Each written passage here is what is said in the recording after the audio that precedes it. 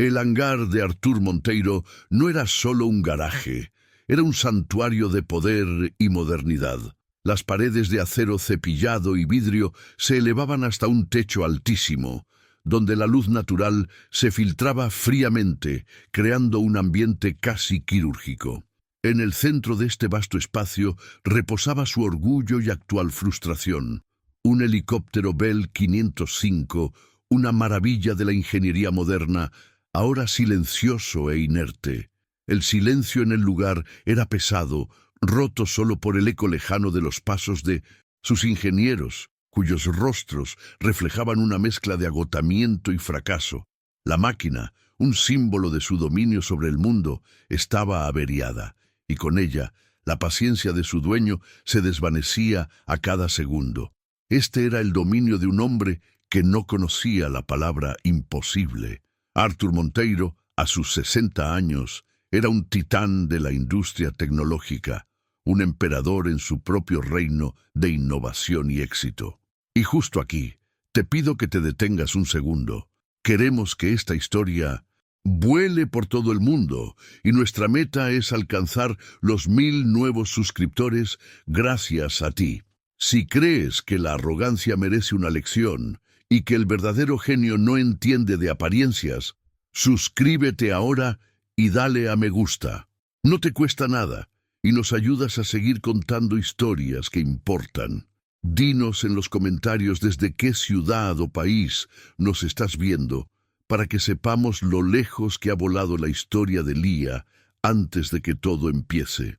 Su personalidad era un reflejo directo del ambiente que había creado, fría, precisa e intolerante a los fallos. Un negocio de millones estaba en riesgo, pero para Artur lo que más le dolía era la herida en su ego. La frustración de Artur era palpable, una energía nerviosa que contaminaba todo el hangar. Caminaba de un lado a otro como un predador enjaulado, su mirada fulminante pasando de sus ingenieros de élite al panel inerte del helicóptero. Eran los mejores que el dinero podía comprar, equipados con la más avanzada tecnología de diagnóstico, pero llevaban 2 días mostrándose completamente inútiles. Sus excusas y teorías complejas sonaban a ruido blanco en los oídos de Artur, que veía solo incompetencia donde ellos veían un desafío técnico. Para él, el problema no era la máquina, sino los hombres que fracasaban en domarla, un fallo que no podía tolerar. Fue en uno de esos momentos de desesperación creciente que surgió la sugerencia, tímida y casi inaudible. Uno de sus empleados más antiguos, un hombre de 1900, mantenimiento que generalmente se mantenía invisible, se atrevió a acercarse. Con voz baja, habló de una niña extraña que vivía en la comunidad vecina, una niña que, según las historias locales, tenía un don inexplicable para arreglar cualquier cosa. La sugerencia era tan absurda que, en cualquier otro día, Artur habría despedido al hombre en el acto. Pero la desesperación era tal que la semilla de lo ridículo encontró un suelo fértil para germinar, más como una broma que como una solución. Real, Lía, la niña en cuestión, vivía en un mundo completamente aparte de aquel hangar lujoso. Con solo 12 años, era una figura de pocas palabras, cuyos ojos grandes y atentos parecían absorber el mundo de una forma diferente. Su cabello estaba siempre recogido en una cola de caballo sencilla, y su ropa era elegida por la comodidad, no por la apariencia. Mientras otros niños de su edad se preocupaban por juegos y redes sociales, la fascinación de Lía residía en la compleja danza de engranajes, cables y circuitos. Para ella, el interior de un motor era un poema, y la lógica de un sistema electrónico, una canción que solo ella podía oír y comprender. Su genialidad había florecido en el pequeño y desordenado taller de su abuelo, Un espacio que olía a aceite y metal viejo. Desde muy pequeña, en lugar de interesarse por muñecas o juguetes convencionales, Lía encontraba alegría en desmontar radios antiguas, relojes rotos y pequeños electrodomésticos. Sus pequeñas manos se movían con una precisión e intuición que desafiaban cualquier explicación. No necesitaba manuales. Parecía entender el lenguaje secreto de los objetos, sintiendo dónde pertenecía cada pieza, como si estuviera resolviendo un rompecabezas que solo existía en su mente. Su talento era un misterio para todos, una fuente de orgullo y preocupación para su familia. Su abuelo, Joachim, era su puerto seguro, un mecánico jubilado de 70 años, con manos callosas por el trabajo y una mirada que cargaba la sabiduría de toda una vida. Él no comprendía la profundidad del genio de su nieta, pero entendía a la niña. Joachim era su traductor para un mundo que a menudo no tenía paciencia para su silencio. Veía la pureza en su concentración, la belleza en su lógica singular, y la defendía con una ferocidad silenciosa contra las miradas curiosas y los susurros de quienes la consideraban extraña. Él era su ancla, su mayor y más fiel partidario. Cuando la llamada de Artur Monteiro llegó, no fue una invitación, sino una orden. Un coche de lujo, fuera de lugar en su modesta calle, trajo el mensaje de un millonario impaciente. Joachim sintió una opresión en el corazón. Conocía el talento de Lía, pero también conocía la crueldad del mundo, especialmente la crueldad que venía envuelta en poder y arrogancia. Por un momento dudó, queriendo proteger a su nieta de la humillación casi segura, pero entonces miró a Lía, que había oído la conversación, y vio en sus ojos no miedo, sino una chispa de curiosidad genuina. Era el desafío, el rompecabezas, lo que la llamaba. La llegada de ambos al hangar fue un estudio de contrastes. El abuelo y la nieta, vestidos con sencillez y cargando una pequeña mochila de herramientas, entraron en aquel palacio de metal y vidrio. El aire frío y el lujo opresivo del lugar no parecieron afectar a Lía. Su mirada pasó por encima de los coches de lujo y la arquitectura imponente y se fijó de inmediato en su verdadero interés. El helicóptero silencioso en el centro de Millemensito. Con todo, caminó en su dirección con un propósito tranquilo, su mente ya trabajando, analizando las formas, las líneas y la promesa de un complejo sistema esperando a ser descifrado. Parecía indiferente al lujo que la rodeaba, pues su atención estaba completamente cautivada por la belleza compleja de la máquina averiada. Para Lía, aquel helicóptero no era un símbolo de estatus o riqueza, sino un organismo mecánico cuyo corazón había dejado de latir. Sentía una extraña empatía por la máquina, una necesidad intrínseca de encontrar su dolor, de sanarla. Su mente ya estaba mapeando los posibles puntos de fallo, visualizando los circuitos y escuchando los ecos fantasmales de un motor que debería estar funcionando. El mundo exterior, con toda su tensión, comenzaba a desaparecer.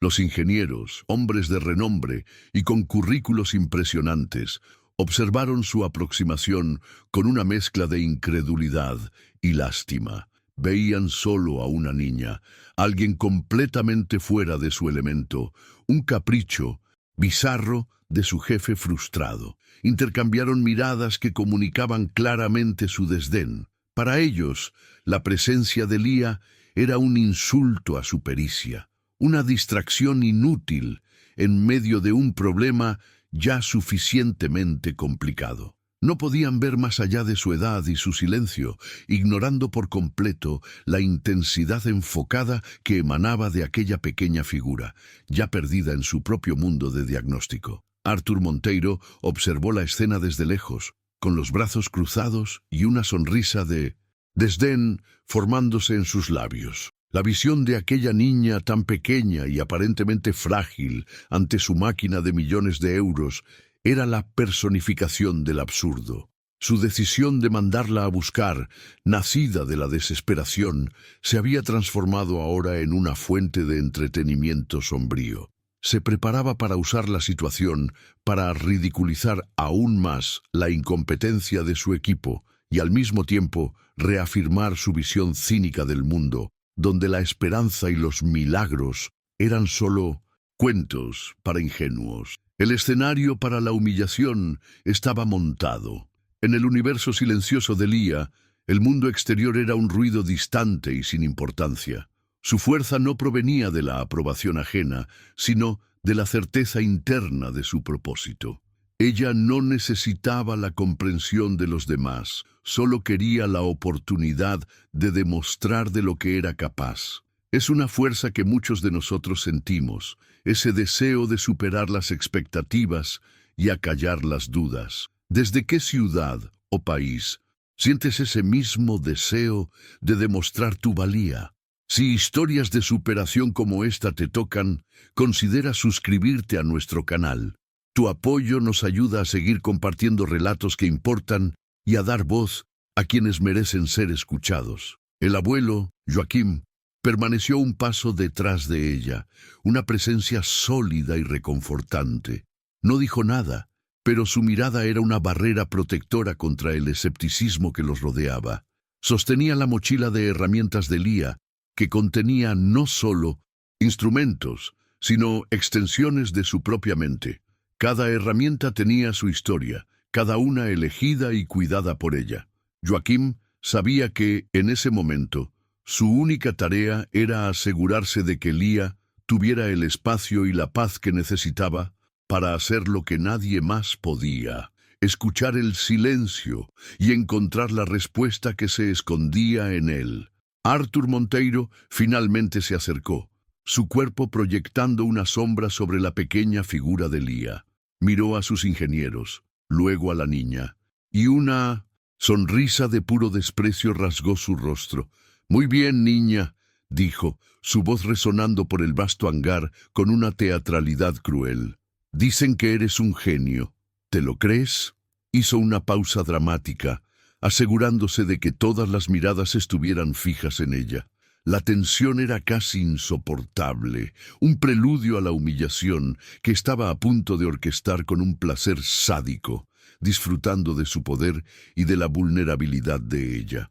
Luego gesticuló hacia la máquina silenciosa, un movimiento amplio y despectivo. «Si consigues arreglar esta máquina que ni los mejores cerebros de mi nómina han podido siquiera diagnosticar, te doy 1.000.000 de euros». Las palabras flotaron en el aire cargadas de sarcasmo. No era una oferta genuina, era una broma pública, una forma de cimentar su narrativa de que la situación era tan imposible que solo una locura o un milagro la resolvería. Sus ingenieros se rieron, un coro de servilismo que validaba la crueldad del jefe y lo absurdo de la escena. El abuelo, de Leah, Joaquim, apretó los puños a los costados, su rostro una máscara de furia contenida. Cada fibra de su ser quería arrancar a su nieta de ese ambiente tóxico, protegerla de esa malicia gratuita. Sintió el veneno en la voz de Arthur, la intención clara de usar la inocencia de Leah como un espectáculo. Sin embargo, permaneció inmóvil, confiando en la fuerza silenciosa que conocía tan bien en su nieta. Sabía que cualquier intervención suya solo la disminuiría a los ojos de aquellos hombres. Y Leah no necesitaba ser defendida, solo necesitaba una oportunidad para ser ella misma, aunque doliera. Leah, sin embargo, parecía habitar una realidad diferente, inmune a esa ola de desprecio. Las palabras de Arthur no la alcanzaron. Para ella, eran solo vibraciones en el aire, ruido de fondo que no tenía ninguna relevancia para la tarea que se presentaba. Su enfoque ya estaba completamente consumido por el helicóptero. Levantó la mirada, no hacia el rostro del millonario, sino hacia su abuelo, y extendió la mano en un gesto simple y claro. No necesitó palabras. Joaquim comprendió de inmediato y le entregó su fiel mochila de herramientas, un acto de confianza que era un mundo aparte del espectáculo cínico que los rodeaba. Con la mochila en las manos, Leah se arrodilló en el frío suelo de hormigón pulido y la abrió. El interior revelaba un contraste flagrante con el ambiente. En lugar de equipos digitales caros e inmaculados como los de los ingenieros, sus herramientas eran analógicas, algunas viejas y visiblemente gastadas por el uso, pero todas meticulosamente organizadas y cuidadas. Cada destornillador, cada alicate, tenía su lugar. Eran extensiones de su cuerpo y de su mente, herramientas que conocía por la sensación y el peso. Este pequeño arsenal de simplicidad y propósito era todo lo que necesitaba para enfrentarse al gigante tecnológico. Ignorando por completo a la audiencia hostil, Leah se levantó y caminó lentamente alrededor del helicóptero. Su primer acto de diagnóstico no involucró ninguna tecnología. Simplemente posó la palma de la mano en el fuselaje frío, cerrando los ojos por un instante. Los ingenieros intercambiaron miradas confusas. Para ellos, aquello era un ritual sin sentido, pero para Leah era una forma de sentir la máquina, de percibir las vibraciones sutiles, la tensión en el metal. Estaba comunicándose con el aparato en su propio lenguaje, uno que se basaba en la intuición y en una sensibilidad física que ninguna máquina de diagnóstico podría replicar. Su proceso continuó desconcertando a los expertos. Presionaba ciertas partes del revestimiento, golpeaba ligeramente con los nudillos en diferentes puntos e inclinaba la cabeza, escuchando los sonidos débiles que resultaban. Su mirada no se fijaba en lo obvio, sino que recorría las juntas de los paneles, las líneas de remaches, los lugares que todos los demás habían considerado perfectos y por lo tanto irrelevantes. No estaba buscando un fallo catastrófico, sino una anomalía, una pequeña disonancia en la sinfonía mecánica de la aeronave. Era un método que parecía más arte que ingeniería, y eso irritaba profundamente a Arthur. «Cuidado, no te vayas a romper una uña, querida», se burló Arthur en voz alta, su impaciencia creciendo. Su intento de ridiculizarla era una forma de recuperar el control de la situación que se volvía cada vez más extraña. Otro de sus ingenieros, queriendo agradar al jefe, añadió con aire de superioridad: «La resonancia del chasis es irrelevante. El fallo está claramente en el bus de datos de la aviónica». Necesitaban reafirmar su metodología científica y compleja frente al enfoque primario y desconcertante de la niña, que desafiaba todo lo que sabían. Leah permaneció ajena, o quizás solo decidida a no darles el poder de distraerla. Continuó su inspección silenciosa, su concentración profundizándose a cada minuto. Arthur, cada vez más frustrado con su calma, no resistió otra broma cruel. «Quizás deberías darle unas palmaditas. A lo mejor se despierta», dijo, provocando más risas nerviosas de su equipo. Cada burla era un intento de romper el hechizo, de forzar una reacción de la niña silenciosa, de traerla de vuelta a su mundo donde él dictaba las reglas y el resultado. Pero su concentración era una fortaleza. Estaba ahora trazando los contornos de un panel de acceso cerca de la cola del helicóptero, un área que el equipo de Arthur ya había revisado superficialmente y descartado. El ingeniero jefe, un hombre llamado Víctor, se acercó, incapaz de contenerse. «Niña, ya hemos pasado nuestros escáneres por esa sección 3 veces. El cableado ahí es secundario, alimenta sistemas no esenciales. El fallo de ignición no puede venir de ahí», afirmó, su voz cargada de la certeza de un experto que se niega a ser cuestionado. Su intervención, sin embargo, no produjo ningún efecto en Leah. Simplemente cogió un destornillador de su mochila y con una firmeza sorprendente comenzó a aflojar los tornillos del panel.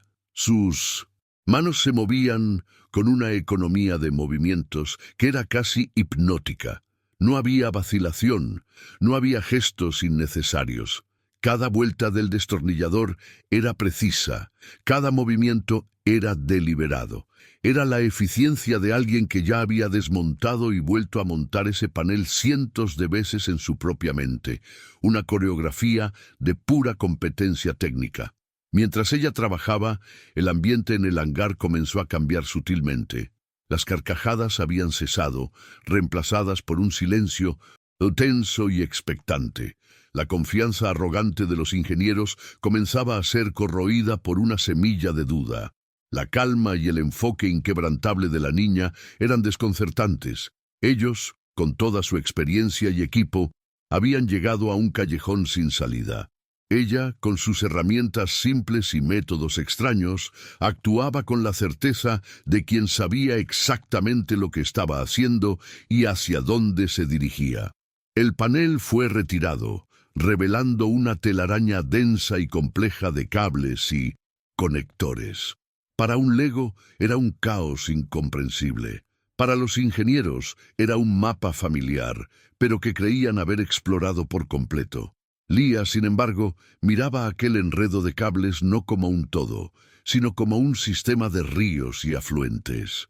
Su mirada no se perdió en la complejidad, en cambio, comenzó a seguir un único camino, un haz de cables específico, ignorando los más grandes y prominentes. Su vulnerabilidad social, su incapacidad o falta de voluntad para participar en el juego de palabras y de poder, contrastaba de forma brutal con la maestría técnica que demostraba. Era esta paradoja lo que hacía la escena tan poderosa e impactante. Allí, en el suelo de aquel templo del poder masculino y de la arrogancia corporativa, una niña autista estaba silenciosamente desmontando no solo un helicóptero, sino también las ideas preconcebidas y los prejuicios de todos los que la observaban. Ella no luchaba con palabras, luchaba con acción y competencia pura. Cada palabra de duda que oía solo la fortalecía, pues sabía que el verdadero desafío no estaba en convencer a aquellos hombres, sino en demostrarse a sí misma lo que podía lograr. Este es un viaje que muchos enfrentan, la lucha interna contra las voces externas que nos dicen que no somos capaces. Es una batalla silenciosa, librada en la arena de nuestra propia mente.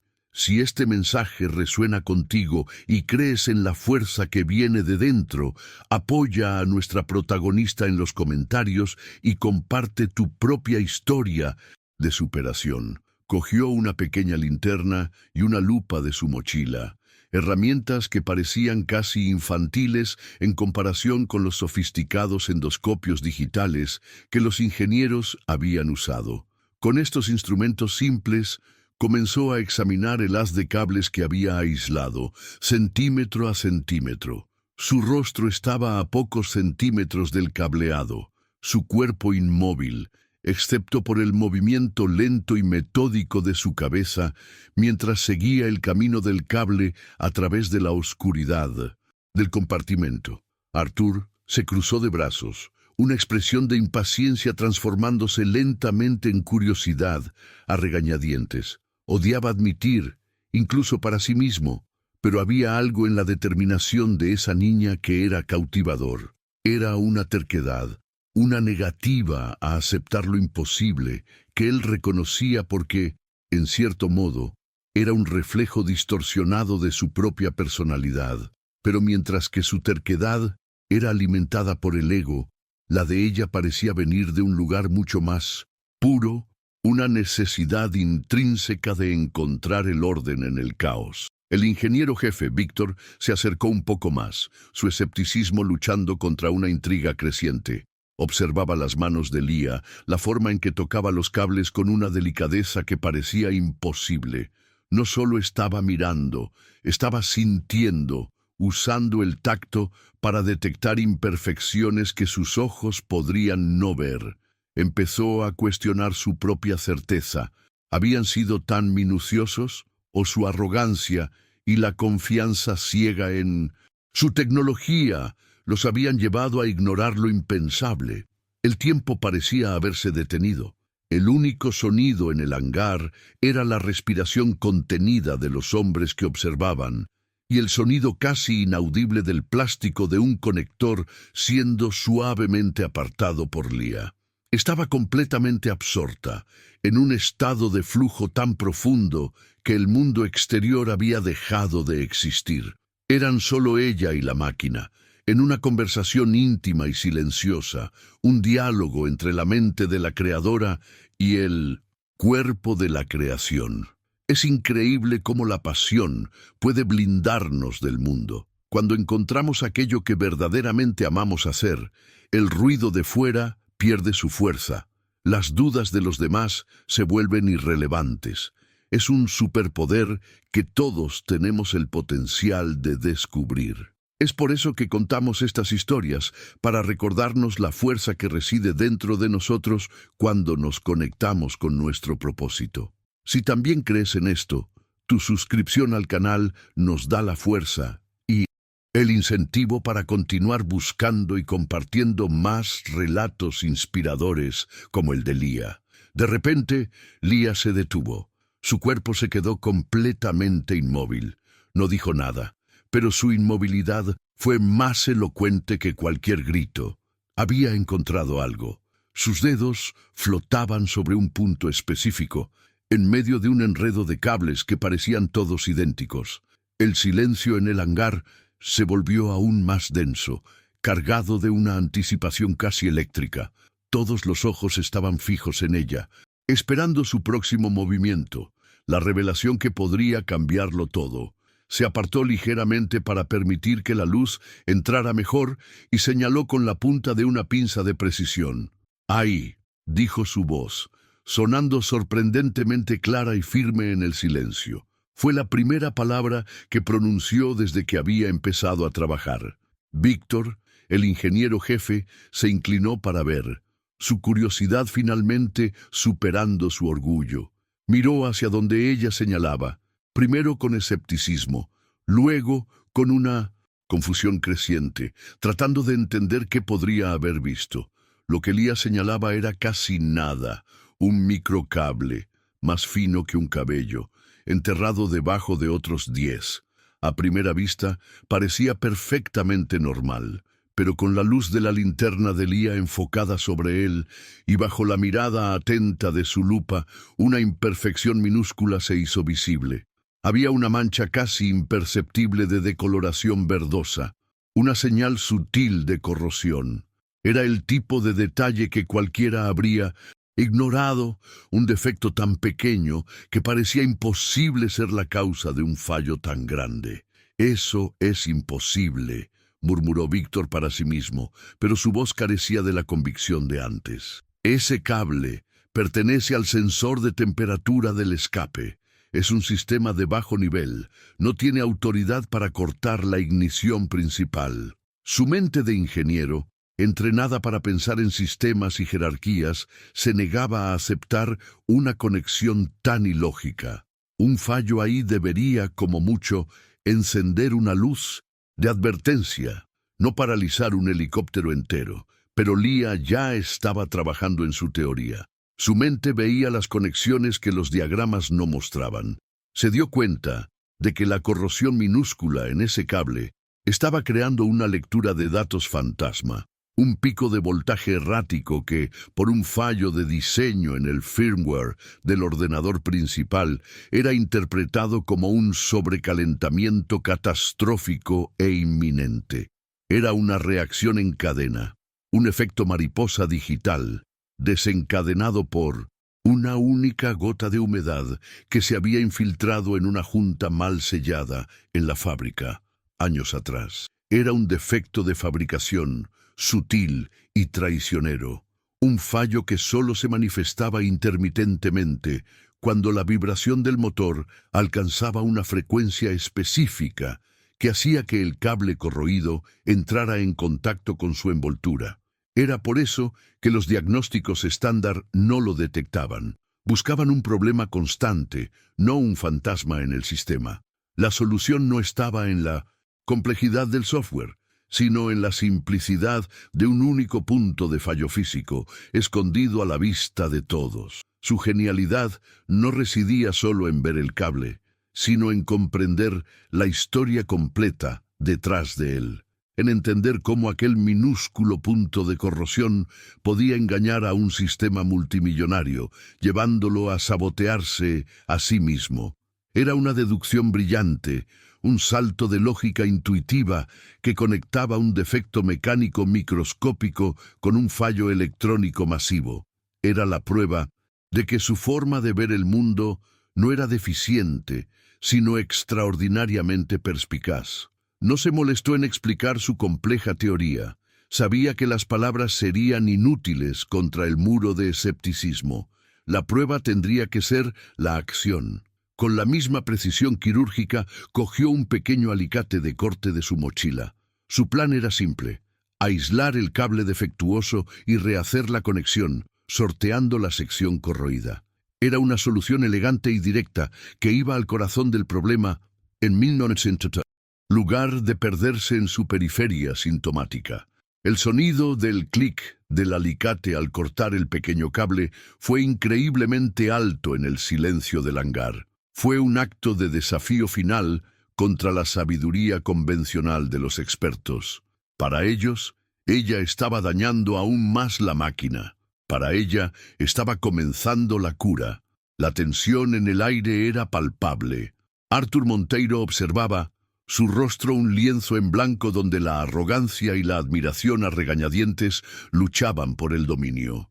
Estaba a punto de presenciar o la mayor humillación o el mayor milagro de su vida. El ingeniero jefe, Víctor, sacudió la cabeza con negación, su mente lógica rechazando lo que sus ojos veían. «Eso es irrelevante para el sistema de ignición», declaró, su voz proyectando la certeza de un experto. «Conozco cada circuito de esta máquina. Ese cable monitoriza la temperatura de escape.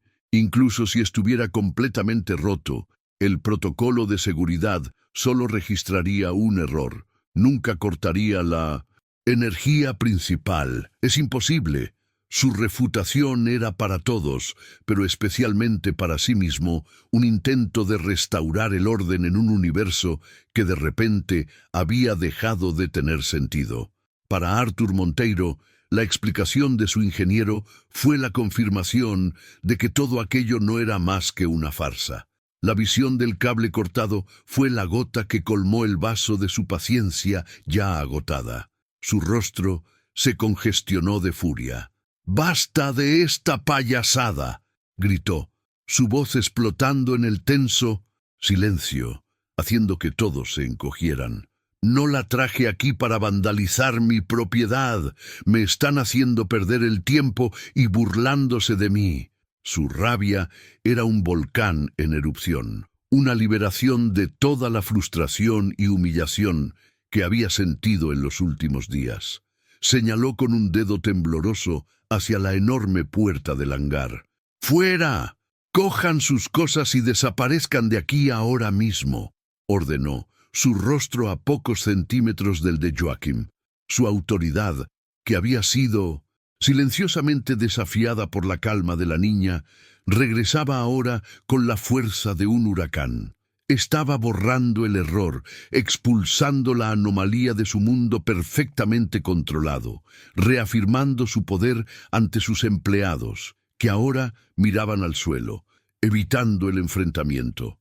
El experimento había terminado de forma desastrosa, exactamente como su arrogancia inicial había predicho. En ese preciso instante, cuando el guardia de seguridad de Arthur ya daba un paso adelante, algo inesperado sucedió. Joaquim, el abuelo, que hasta entonces había permanecido como una sombra protectora, se movió. No retrocedió. En cambio, se posicionó calmadamente entre el millonario furioso y su nieta. No levantó la voz. Miró directamente a los ojos de Arthur, y en su mirada no había miedo, solo una convicción profunda e inquebrantable.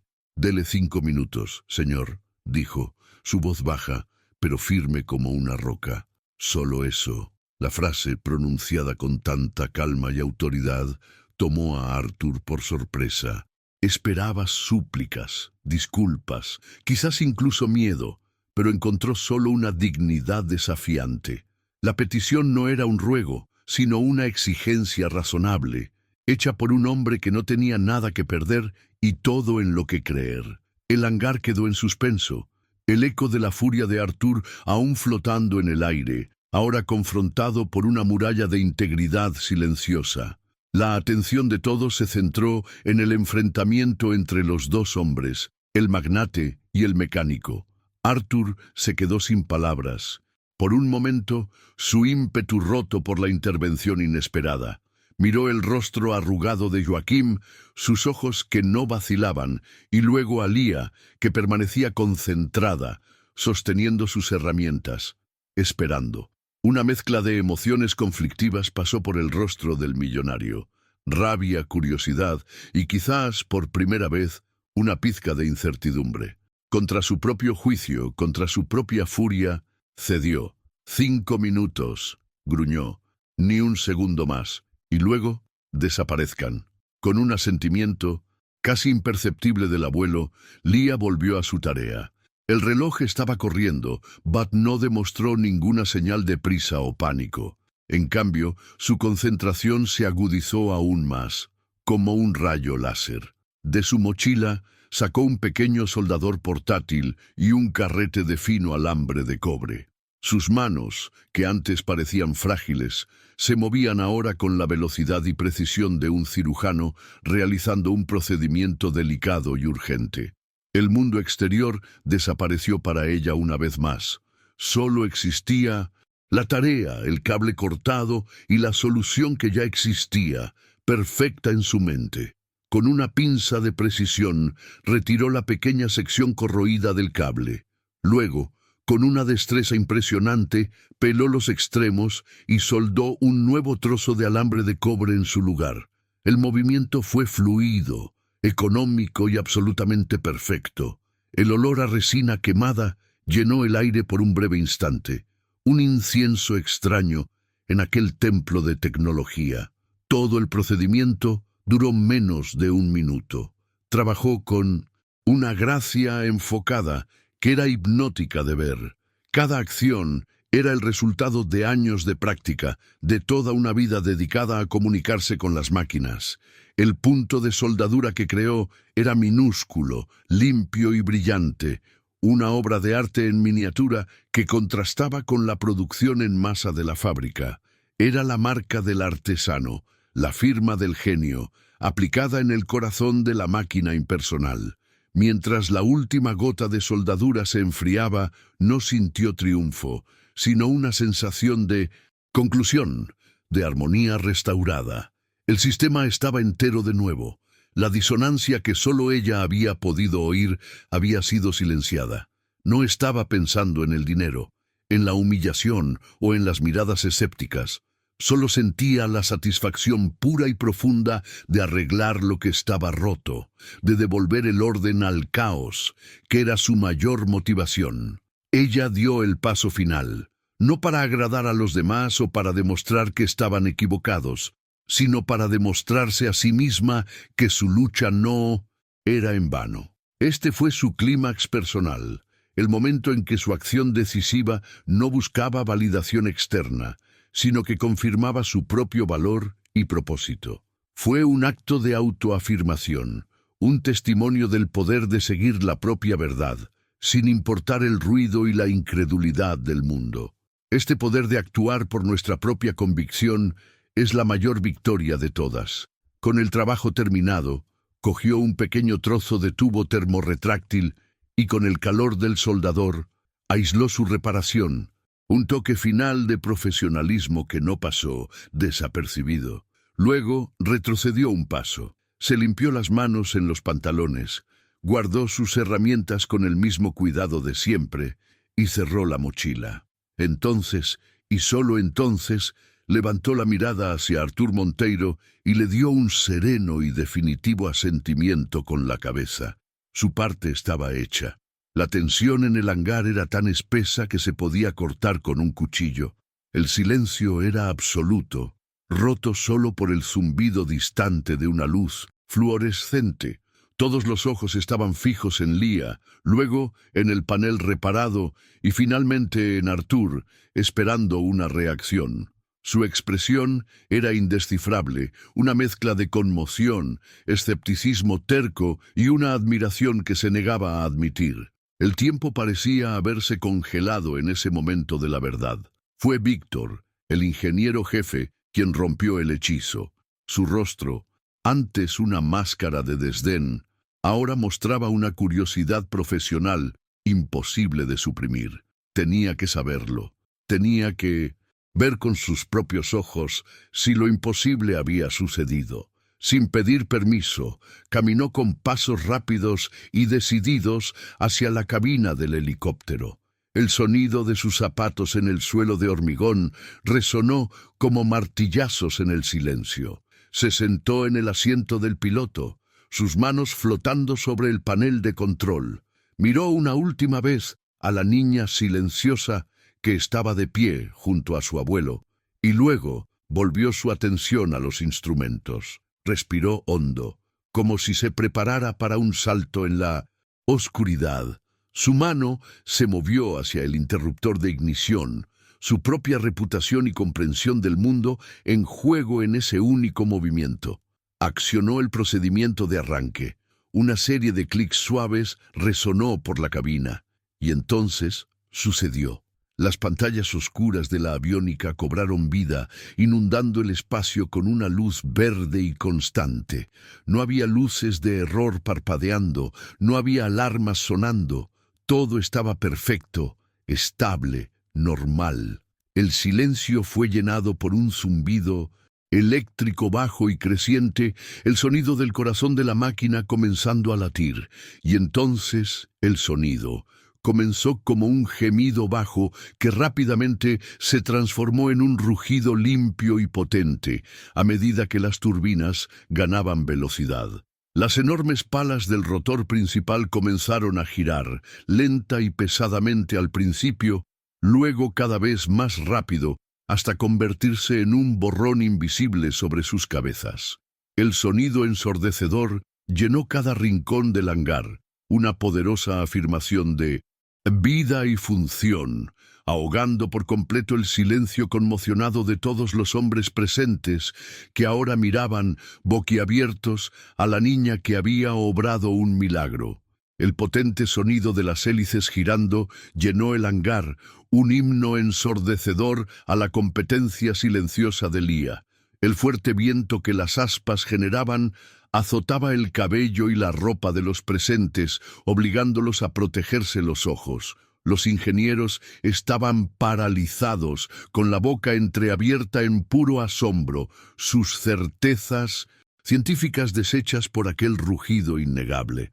Artur Monteiro permanecía inmóvil, su rostro pálido, los ojos desorbitados fijos en la niña. El sonido del helicóptero funcionando perfectamente no era solo el sonido de una máquina, era el sonido de su mundo, construido sobre la arrogancia y el poder, siendo completamente demolido frente a él. El ingeniero jefe, Víctor, apagó el motor. A medida que el ruido disminuía y las palas se ralentizaban hasta detenerse, un nuevo tipo de silencio se instaló en el hangar. No era el silencio tenso de antes, sino un silencio pesado de reverencia y humildad. Nadie se atrevía a hablar. La mirada de todos los expertos estaba ahora fija en Lía, no con desdén o lástima, sino con un respeto profundo y desconcertante. En ese momento, ella no era una niña, sino una fuerza de la naturaleza que los había puesto a todos en su lugar, exponiendo la fragilidad de su orgullo. La lección fue inmediata y devastadora para el ego de Artur. Su dinero no pudo comprar la solución. Su poder no pudo intimidar al problema hasta la sumisión. Sus expertos, con todos sus diplomas y tecnologías, fueron superados por una mente que funcionaba de una manera que él ni siquiera podía empezar a comprender. La había utilizado como un peón en un juego para humillar a los demás, pero la jugada se le había vuelto en contra de forma espectacular. La niña silenciosa, a la que había intentado ridiculizar, se había convertido en su espejo, reflejando su propia ignorancia y prejuicio. Su arrogancia se derrumbó como un castillo de naipes. fue reemplazada por una abrumadora ola de vergüenza, seguida de cerca por una admiración genuina y a regañadientes. Se acercó lentamente a Leah y a su abuelo. Sus pasos, antes tan firmes e imponentes, ahora vacilantes. No se acercó como el magnate, sino como un hombre que acababa de ser forzado a confrontar la pequeñez de su visión del mundo. Se detuvo frente a ella, tragó saliva, su voz saliendo entrecortada. Yo fui un idiota arrogante, confesó. Tu talento es extraordinario. Te pido disculpas. Sus palabras no fueron vacías. Con las manos todavía temblando ligeramente, sacó su teléfono y delante de todos hizo una llamada a su gestor de cuenta privado.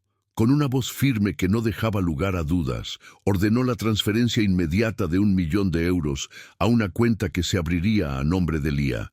Y asegúrese de que tenga acceso incondicional tan pronto como la edad legal lo permita, añadió, sellando su promesa no como una derrota, sino como el pago de una deuda de honor que sabía que necesitaba saldar. Pero no se detuvo ahí. Mirando a Joaquim y luego a Leah, continuó.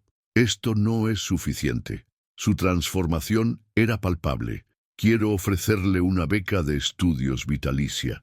Cualquier universidad, cualquier carrera, en cualquier parte del mundo. Todo pagado. Y más, hizo una pausa. Quiero ofrecerle un contrato de consultoría permanente en mi empresa. No necesita aceptarlo, ni ahora ni nunca. Pero la oferta siempre estará ahí, para el día en que ella quiera. Era un reconocimiento de su valor mucho más allá de esa única reparación. Leah escuchó las ofertas, la disculpa, las promesas, con la misma tranquilidad con la que enfrentó los insultos. Para ella, la verdadera recompensa ya se había alcanzado en el momento en que el motor cobró vida. El zumbido armonioso de la máquina era su sinfonía de victoria. El dinero, las ofertas, eran solo el ruido del mundo de los adultos, consecuencias que no tocaban el núcleo de su satisfacción. Simplemente miró a su abuelo, que le puso una mano orgullosa en el hombro. La sonrisa discreta en los labios de Joaquim era la única celebración que necesitaba. Historias como la de Leah nos muestran que el valor de una persona no reside en el ruido que hace, ni en el estatus que ostenta, sino en la profundidad silenciosa de su carácter y en la autenticidad de su talento.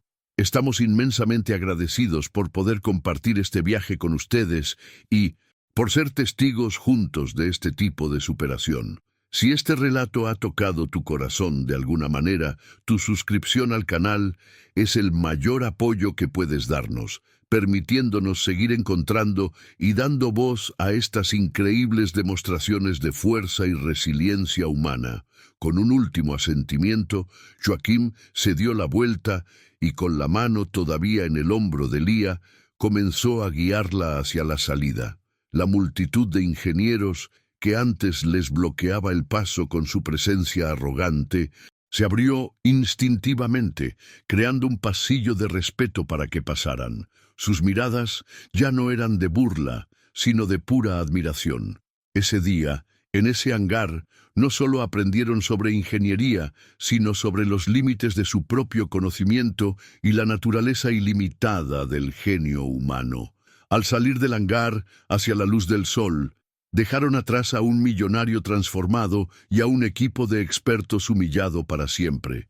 Leah no miró hacia atrás. El helicóptero, el dinero, la conmoción, todo, aquello ya pertenecía al pasado. Su mente probablemente ya estaba procesando el siguiente rompecabezas, el siguiente sistema esperando ser comprendido. Su viaje no se trataba de cambiar el mundo, sino de ser fiel a sí misma.